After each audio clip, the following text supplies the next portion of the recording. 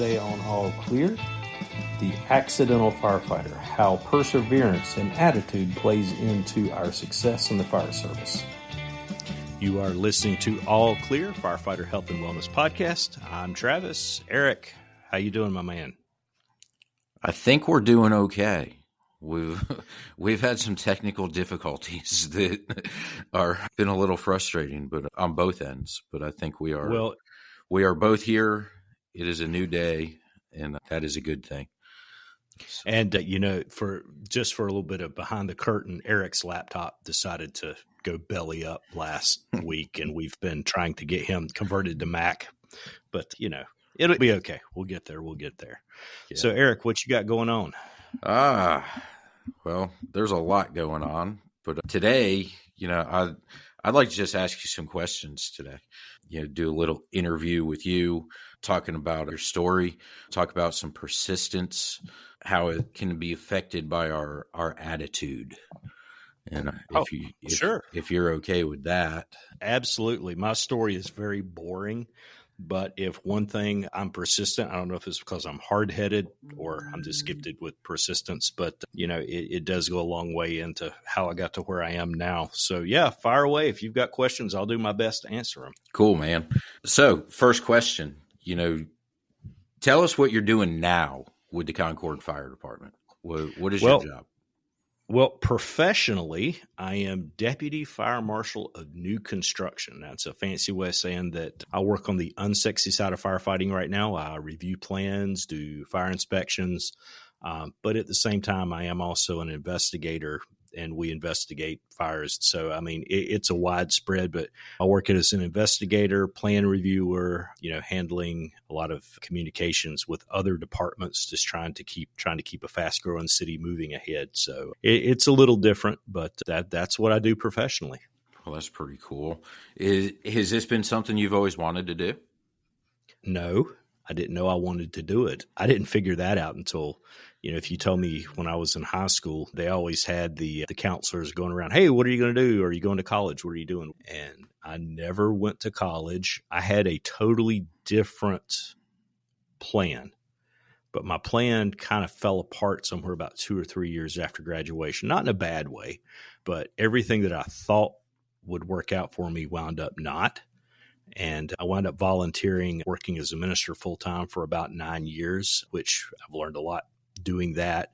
But at the same time, I've worked a lot of different things. I've been my own business owner for a while. So I did a lot of things like that. And I wound up getting a contract at social services here in our county, working as an interpreter. And through that, I had the chance to meet some really cool people at the city of Concord, which I did not know the ones I was talking with also were directly linked to the emergency communications department. Over time, people that I met early in my career before I was even in the fire service wound up being people that I'm working with and have been instrumental in helping me be successful now, if that makes any sense. Oh, yeah. So kind of a broad spectrum of a background. Yeah. In a weird path getting into the field that you're in right now. So what was your motivation to get into your profession that you're currently doing? It was survival. I know that sounds really weird, but if you're an old guy like me, and I'm not calling you old, Eric, but I know you remember it too. I'm older than you. Well, that's true. But back in 2007, 2008, back when the economy took a turn and basically everything flushed out, I was working in planning and zoning. Our director came by and said, you have to justify your existence. If you can't justify why you're here, you may not have a job. So at that time, I was working as a permit technician in the planning and zoning department. And I had made friends with, the fire marshal's department. They were right across the hall. And I got to know a couple of those guys, and they were really awesome. And I had some interest in what they were doing. And whenever things got really bad economically, as it did across the country, I had to reinvent myself. And I found I had an interest, a passion, and an ability to be able to understand the codes and how the fire service works. And I sat down with Chief Mark Brown, who was fire marshal at the time, dear friend of mine. And he kind of helped me figure out a career path for what I had to do to be able to make the jump from basically planning and zoning into the world of fire. And bear in mind, I have never ridden a truck, didn't know anything, no rookie school, no nothing. And he's like, okay, here's the deal. You're going to work part-time. You're going to have to do your training. You're going to have to do your, get your EMT, get your firefighter 1 and 2, hazmat. And when I looked at this long list of certifications that I had to have to be minimally qualified to come in, even into the fire marshal's office, it was very daunting. And I had to get really creative really quick. And bear in mind, I was 30-ish years old, and I was old and decrepit at that point, not in great physical shape. And that's where my journey began. And that's where the persistence had to kick in. And I did a lot of stuff. Oh, and my wife was pregnant too. I forgot to mention that. I was having a child at the same time. So a lot of stuff really stacked up really fast. But the guys in the fire prevention division helped me realize what I needed to do, and they motivated me to keep going. That's awesome. Yeah, that's a lot of stuff on the plate right there to bring in, and it can look very intimidating. You need this, you need this, you need this, you need this. Like you were saying, survival. What have I got to do to support my family? Put food on the table, things like that. Picking a new career field, and having that ambition and that drive and that motivation to keep you going, especially with something that, like you said, you chose this profession out of pure survival, as where a lot of people in the fire service that are riding the rigs and stuff, it's been a passion for a long time, that it's something they've always wanted to do. And now they finally have the opportunity to do it. How did the people around you support you to keep you motivated, keep that positive attitude that, yes, I can achieve these goals that seem very overwhelming for me right now? Well, at the time I was kind of living in two worlds. I was still working in planning part-time, and I was working for the fire department as an inspector part-time. And that was really hard because the planning world didn't understand what I was trying to do. They thought, oh, well, you're just going to taking classes. Well, no, it's not just taking classes. It's, nights and weekends and, picking up classes through the community college system and things like that. But what really helped me was, at the time, Chief Brown, who's retired now, he's with Rowan Cabarrus Community College. He works for Michael Cavanis, who we talked to a while back. Yeah. And Chief Adam Ryerson, who is the fire marshal now. They both said, okay, we'll figure this out. And they helped me understand that it can be overwhelming, but let's get a plan together. And the plan was basically two-pronged. And my passion for the job developed very quickly. And that's one thing that's important to know. If you don't have passion for this line of work, you will not do it, whether it be on the truck or investigation, whatever the case is. If you don't have passion, you won't stick with it. And I identified that there was an academic component, which was the associate degree program. And then there was also the certification component, which is firefighter 1 and 2, the hazmat, the different things like that. Yeah.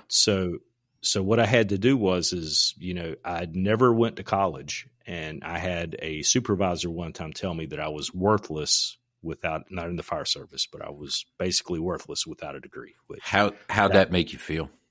That was pretty crushing. Now, bear in mind, I'm married, and I've always been able to care for myself, and I've never wanted for anything.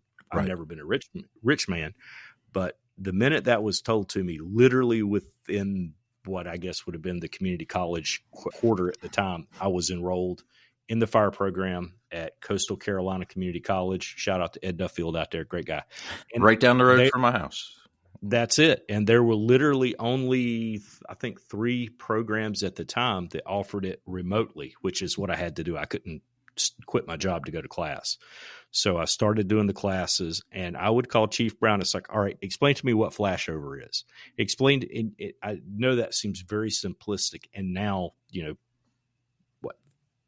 15 years later, I got it. I understand every bit of that now.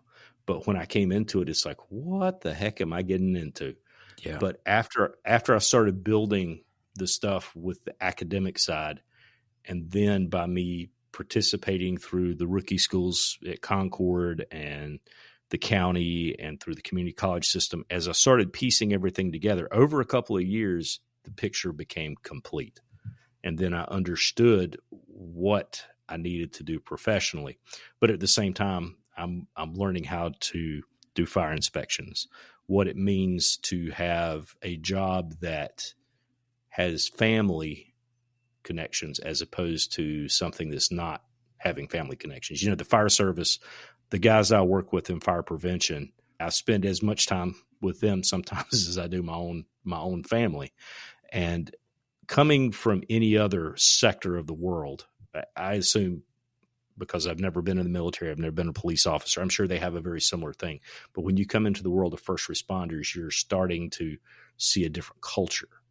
And I had to learn to fit into that culture when I wasn't necessarily accepted immediately. And it's still a challenge up to this day. I feel like I have to prove myself that, I know I don't need to know how to vent a roof, but I need to be able to, hold my own as far as in conversations, understand what everyone goes through.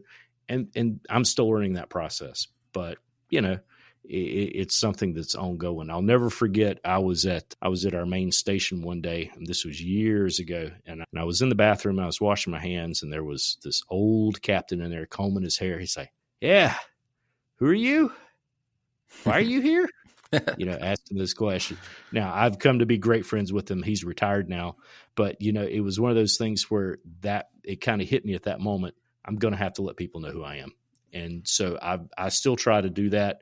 Now that I've been here long enough, I've got to know a lot of people through investigations and classes and working with them and things like that. And now people actually do come and ask questions and, hey, what are they building over here? What does the fire code say about so-and-so? So, over time, the support from the guys immediately there in fire prevention helped me stay motivated to go the course. And, even I have friends that were in the Marine Corps as drill sergeants that came and yelled at me to get me in physical shape so that I could pass our jar pat and different things like that. So a lot went into that, but it was because of the support of, the leadership in fire prevention and also even our chiefs, Chief Holloway, Chief Allen, and even Jake Williams now, our chief. They are all very supportive of our progress. And on a personal level, I felt that. So you have to stay motivated, but you also have to have a plan and you have to stay plugged in. Yeah, absolutely, man. You brushed on we brushed across the not having a degree. And when we talked to Michael Cavanis, we talked about higher education and we talked about continuing education, certification, stuff like that. I think that needs to be a separate podcast that we do by itself, talking about higher education, where it fits into the career plan, the career ladder, advancement and stuff like that. So I could talk on that for a very long time. So I'm glad that you mentioned it. I wrote a note down that we need to revisit that at some point, I believe. But you also mentioned the fitting in, where you fit in and how you make yourself be able to maybe feel accepted around the firehouse with your profession, that you don't ride a fire truck, you've never ridden a fire truck, and do I really belong with these guys? Yes, you do. Your job is vital, not just to the community's safety, but for our safety as well. And being able to build that bond of, you mentioned the guys asking questions about, hey, what are they building over there? What is this place going to be? Whatever else. That's a perfect in, where we can build those relationships and we can build those bonds of, hey guys, I just got some plans, that came across my desk, and this is going to be in your first due. You want to go take a look at these plans with me? You want to go do a walk through the building, whatever else. Or if you're out doing fire inspections and you notice something that might be vitally important to the guys that are responding to that particular occupancy of, hey, This is what I saw today. You and I have had some sidebar discussions before about those very topics of, feeling accepted, feeling, that you fit in around the firehouses and stuff. And I saw it firsthand. Our group was invited up there to assist you guys after that incident. And we're very thankful for that opportunity. And I know we had that conversation beforehand. And I saw that night that those guys really appreciate what you do. They consider you part of the fire family, even though you're not on the suppression side, not on the operational side of things. You do have an integral part, and they do value and appreciate you as not just what you do as a profession, but you as an individual. Well, and what you're talking about, that was one of the one of the strongest feelings I've ever had in my career, that my brothers in the fire service were rallying around me, because that was a rough experience for me personally. And I'm sure we'll talk about that at some point later on. But, going up into that and going back to what you were saying, there's a program that we have here in Concord. It's Journey Through Administration. So basically, whenever anyone's getting ready to promote to captain, or they are a captain, they have to spend time with logistics, fire prevention.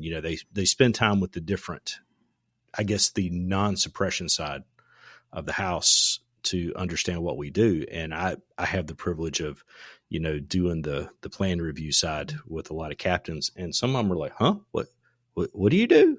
And then like, come on, let's go out in the field. And I remember we have a production facility here in Concord. And, I've been working with that project since it started. And I took one of the captains over there. It was in their first due area. And I said, let's go through. Have you ever been here? No.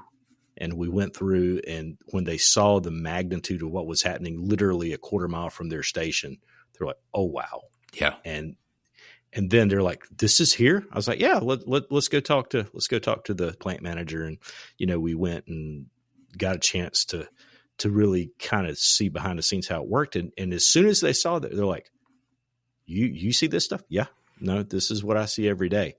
And they've called me multiple times. I've had lots of captains after they've gone in the field with me and my staff over in, new construction. They're like, okay, I need to know about this. What can you tell me about this project, that project? And it's really, there's been a big link over with that, but it's just earning trust. Right. That's the whole thing. If you don't trust me, then, you're not going to listen to what I say. And I take my reputation very seriously in the fire service. I want people to trust me, and that's anybody. If you're trying to get into this career, you got to earn trust. You got to, you've got to ask questions. Don't be afraid to let people know that you don't know everything, or heck, let them know you don't know anything. Hey, Chief, what's a flashover? Right. That's a very simple question, but years ago I didn't know. And it's okay to not know something. And, a lot of times, and I've seen this when I was doing my training, it was weird because I had some understanding, but I was going into, some of the, the basic classes like, building construction, where I had an advanced understanding of building construction, and other people in the class who were rookies with the county did not. But they try to act like they know everything. And if you don't know it, you don't know it. It's okay to ask questions. And that's something that a lot of people don't. They want to walk in, hey, I know how to do this. I'm the man. Well, at some point, you're not the man. You have to learn how to be the man. And that's the whole thing. Build your reputation.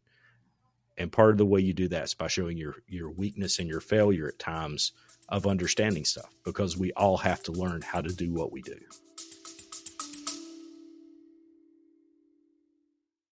Do you have an idea that you can't quite get out of your head and onto paper? Does your department need updated shirts? If so, you need to talk to the guys over at Studio Print Shop. We've been working with the guys at Studio on making some of our ideas become reality. Whether you need screen printing, embroidery, or graphic design, they have you covered. They're even working with the latest direct-to-garment printing technology to make your ideas come true. Check out their link on our website, or go to studioprintshop.com and get 10% off your first order when you use the discount code ALLCLEAR. Studio Print Shop, creativity fueled by passion and vision.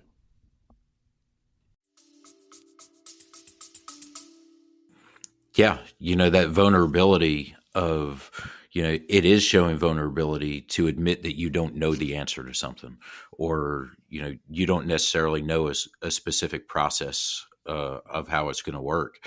And if you're not being honest with other people, you're not going to be able to build that trust, that confidence in people. People are not going to put that trust in you. So the vulnerability aspect of it, yeah, absolutely. Hey, I don't necessarily know. One thing really popped into my head when you were mentioning the facility that you brought that captain to, that he had no idea that was happening in his first due area. A lot of people might think what your job is easy. It's not as hard as what we do on the fire trucks or whatever else. And we're not going to try to compare apples to apples or apples to oranges on who is better or whatever else. But what you do makes our job easier. Well, we think about, just like, standpipes, sprinklers, where FDC connections are, where hydrant locations are going to be. I'm sure you have a say in plan reviews and things like that on this is what we need, and you make sure that that's happening. And when we go to a fire, we just expect that stuff to be there. We don't see the behind the scenes before that fire happens or before that building was even built, to make sure that we are set up for success when we roll up and that building's on fire. Well, part of what I do, and this is one of the things I preach, and this was taught to me earlier on. When I look at a set of plans, whenever I do an inspection, my number one concern isn't public safety. I know that sounds really weird. It's the safety of firefighters, the safety of the ones that are going to be responding. My job is to give as many options as I can. Where can you put the truck? Where can I pull lines from? How close are the hydrants? The code dictates a lot of that, but I also have to take into consideration our capabilities and what is the safest approach, to my knowledge, for the guys going in. And, absolutely public safety is very important. But at the same time, if I'm not protecting the guys on the suppression side that go in, I'm not doing my job. And that is the most important thing. And once you help people understand, hey, I'm trying to help you have all the options you can when you have to go fight that fire, which we hope never happens. Hopefully you'll have another tactic you can use that you weren't planning before. Right. That's pretty cool, man. Yeah. Behind the scenes stuff that you do, a lot of people don't understand it. I saw that firsthand. It'll be something that I learned from, how to deal with the stress that comes out of that. Or, I've had fatality fires before too that I've dealt with. And, you learn to carry this with you, but you have to learn to not let it consume you. And that's one of the things that nobody's ever prepared for when they come into this profession. And, it's one thing when you're doing planning and you're issuing permits for, pergolas in somebody's backyard, that's one thing. But when you start dealing with lives, worrying about the lives of those you work with, trying to make sure your decisions impact them in a positive way, it's a whole different thing. And when you see people at their worst constantly and you have to deal with that, it's a lot to carry. Absolutely. And if I can give any advice to anybody that's maybe listening to this podcast and thinking about coming into the fire service, even if your dad was a firefighter or your brother or your sister, whatever the case is, and you've had it in your family, that's awesome. But when you come into this and you go to rookie school or you start any type of learning with the fire department, the two things you need to take care of, number one, your body. Make sure you're physically fit, because you can't make that up whenever you get into that position. You need to be healthy. You need to be fit before you start training. And number two is your mind. You have to take care of your mind. You have to make sure that it's sharp, Because if your brain don't work, your body ain't going to work. You're not going to be able to learn about standpipes, and it all kind of falls apart from there. And everything you put together, you can make up learning stuff. You can study to learn.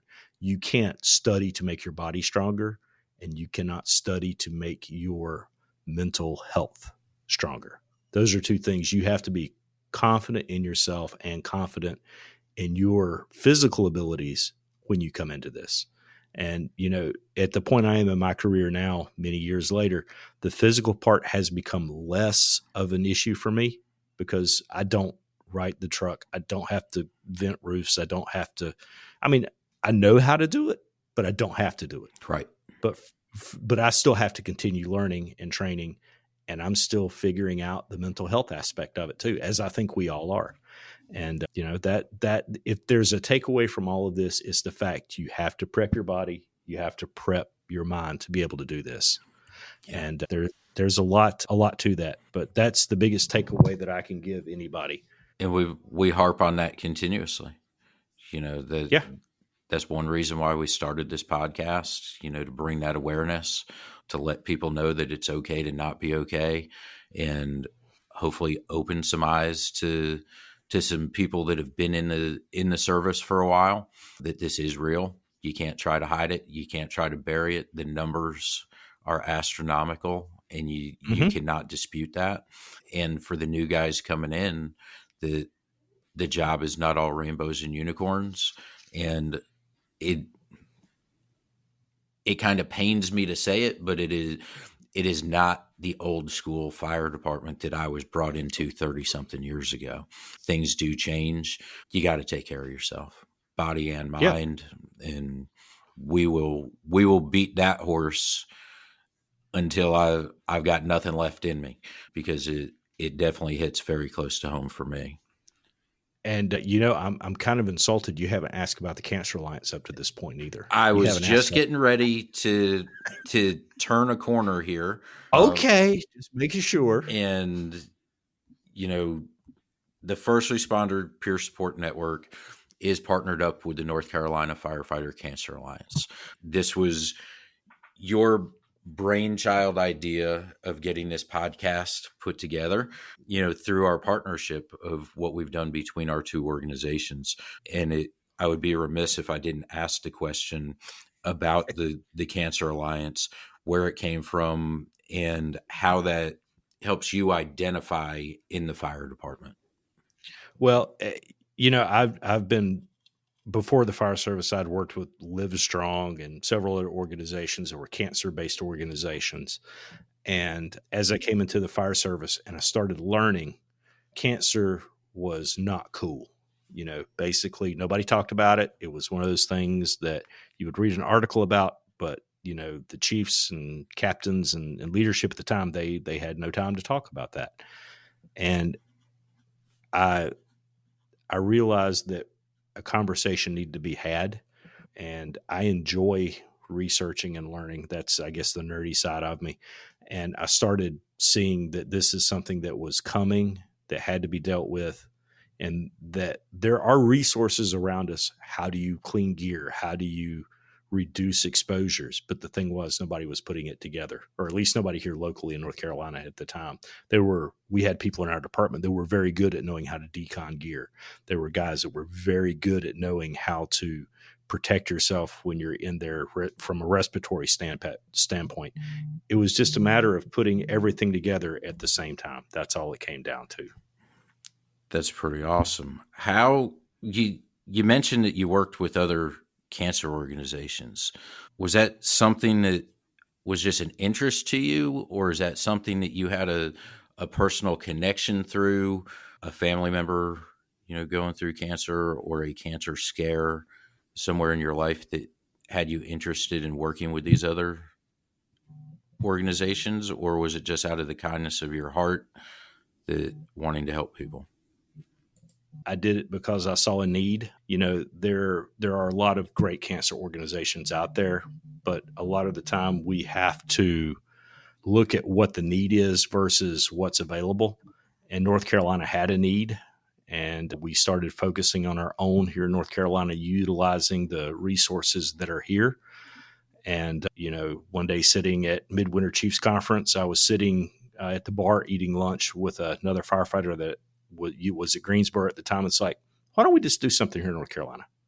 And out of that conversation and meeting a lot of really cool people and very supportive people and very smart people, we've been able to get to where we are now. We have been recognized nationally for our decontamination program, the Concord Decon model that was put together by guys here in Concord. And all we had to do was just say, hey, have you talked to so-and-so about how to do this? And then next thing you know, it all starts falling into place.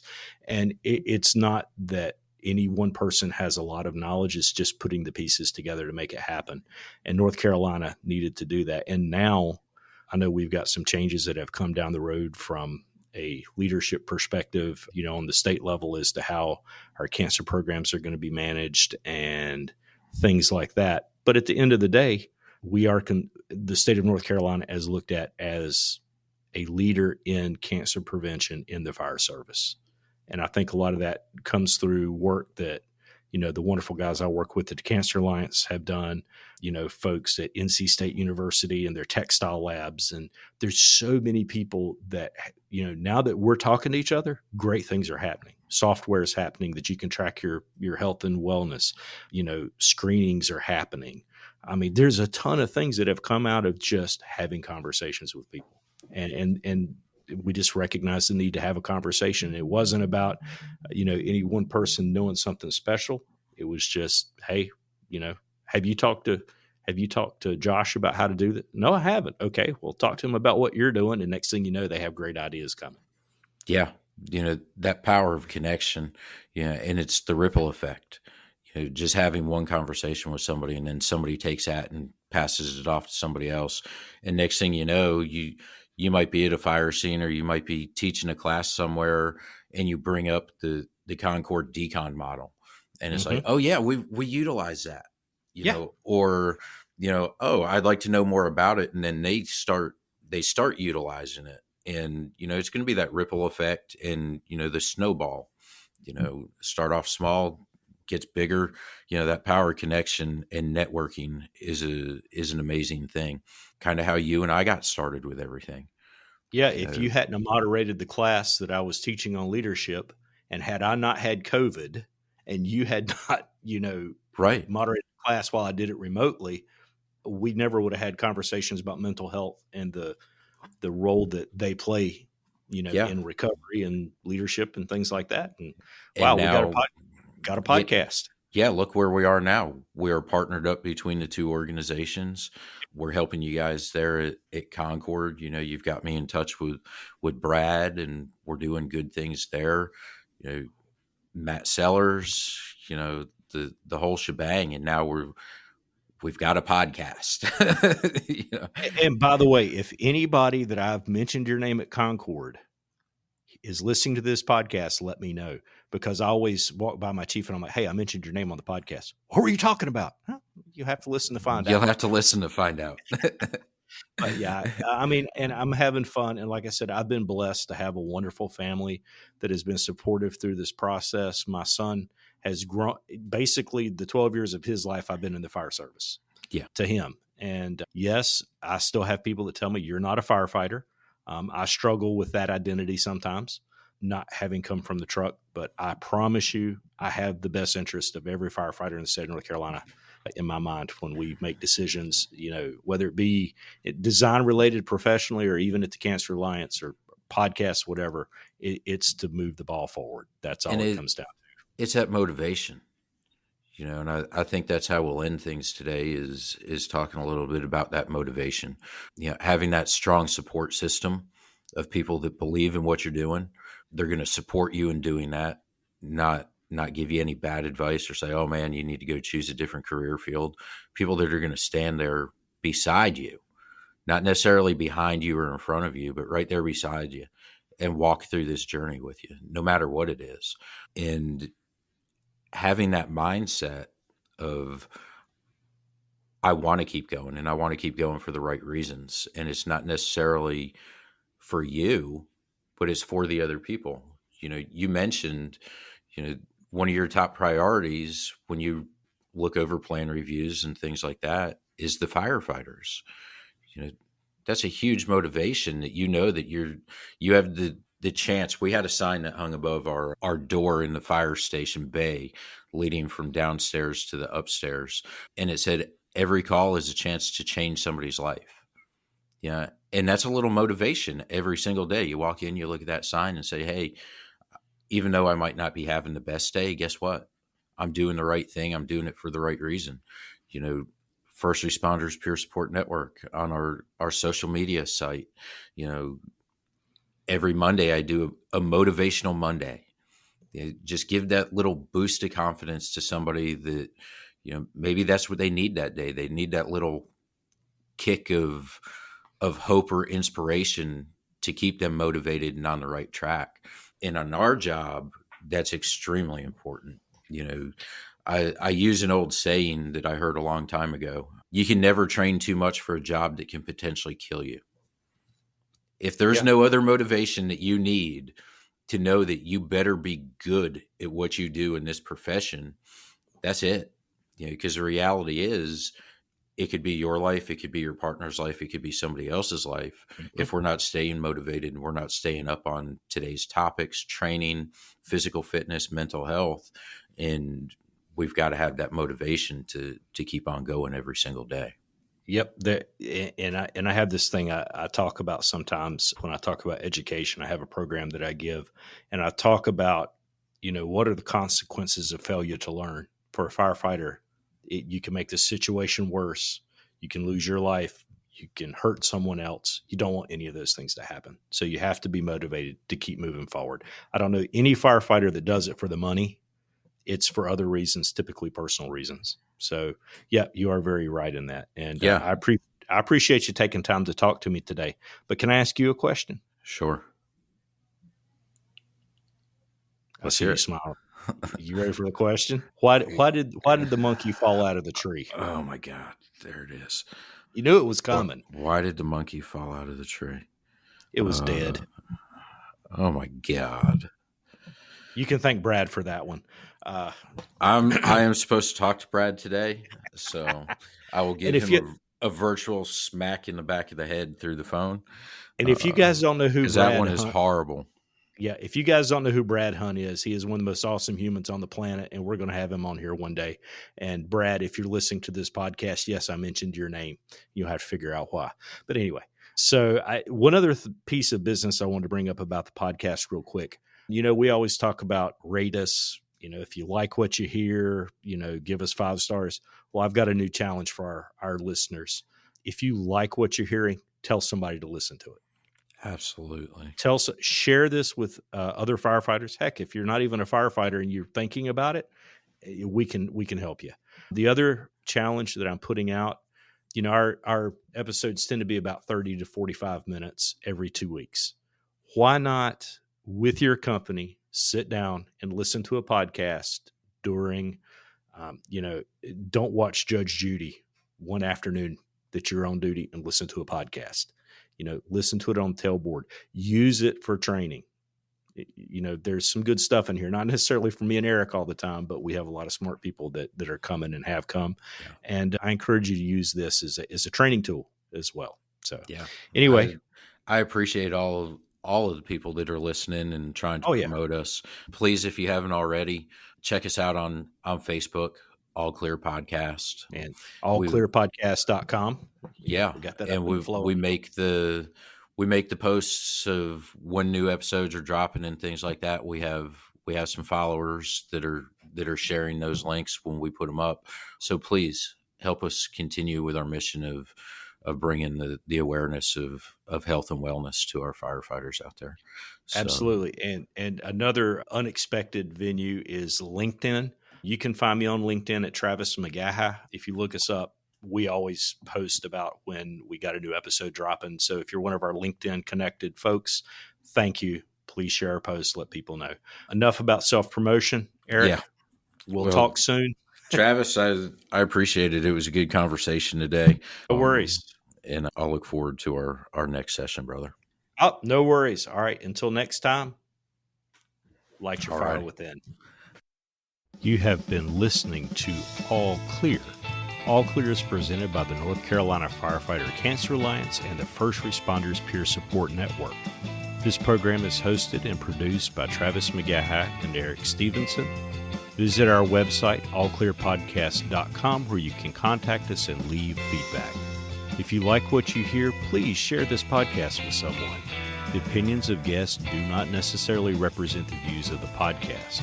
This podcast is recorded with Descript and with technology that is provided by Quartet Computers. We'll see you soon, and as always, light your fire within.